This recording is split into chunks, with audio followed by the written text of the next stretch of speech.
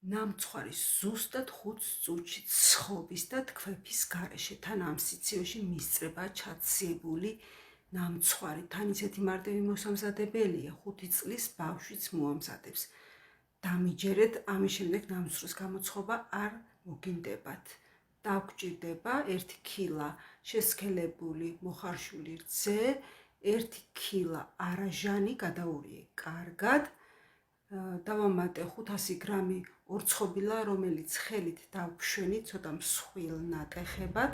მანამდე გეტყვით, რომ თუ მოგეწონათ ჩემი ვიდეო, ძალიან გთხოვთ გამომიწეროთ ან დამილაიქოთ, არ დაგეზაროთ. დიდი მადლობა ყველას წინასწარ. გადავიტანე ეს ორცხობილები არაჟდიან მასაში, დავამატე 2 ცალი დაჭრილი ბანანი, გადაურიე ესეც კარგად და შემდეგ ბოლოს გადავიტანე ფორმაში. თქვენ ნებისმიერი ფორმა გამოიყენეთ, ჩაუფინეთ ქვემოთ საკონდიტრო პარკი, ზემოდანაც გადააფარეთ, კარგად მოტკეპნეთ და გააჩერეთ მაცივარში მინიმუმ 4 საათით. უფრო გემრიელია გაუჩნდება გემოები.